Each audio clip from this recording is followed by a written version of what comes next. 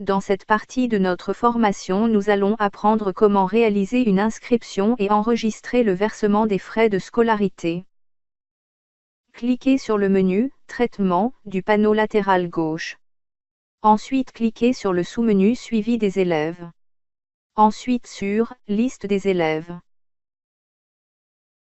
Sélectionnez ensuite un élève représenté par une image ayant son nom, prénom.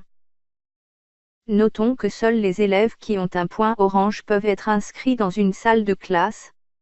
Cliquez sur le bouton « Inscription » afin d'afficher l'interface permettant de procéder à l'inscription d'un élève.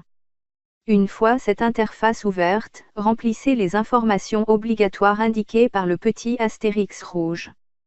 Ensuite sélectionnez la salle de classe dans laquelle vous souhaitez inscrire l'élève. Après ceci, nous pouvons renseigner les informations connexes comme l'établissement de provenance de l'élève. Est-il redoublant ou non? Une fois que nous avons sélectionné une salle de classe, les tarifs correspondants se chargent automatiquement et nous pouvons ainsi y apporter des réductions ou des augmentations. Par exemple en précédant le montant de la réduction du signe moins. Ceci peut être fait en double-cliquant sur la ligne et en intégrant le dit montant.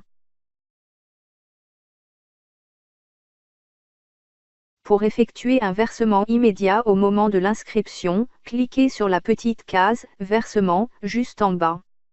Puis sélectionnez un mode de versement. Pour notre cas, choisissez « Espèces » et saisissez un montant. Pour finir, cliquez sur « Enregistrer » et le reçu de l'élève sera généré automatiquement. Vous pourriez ainsi lancer une impression. Lors du prochain versement à enregistrer, sélectionnez l'élève et cliquez sur Payer frais. Ensuite effectuez le versement.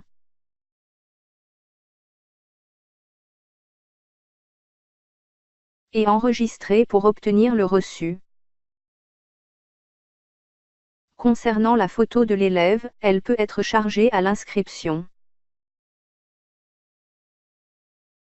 En cliquant sur la petite icône sous l'espace du profil.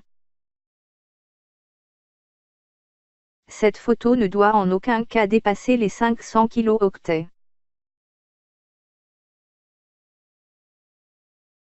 Pour terminer avec cette partie, nous allons rapidement voir comment rendre un élève démissionnaire.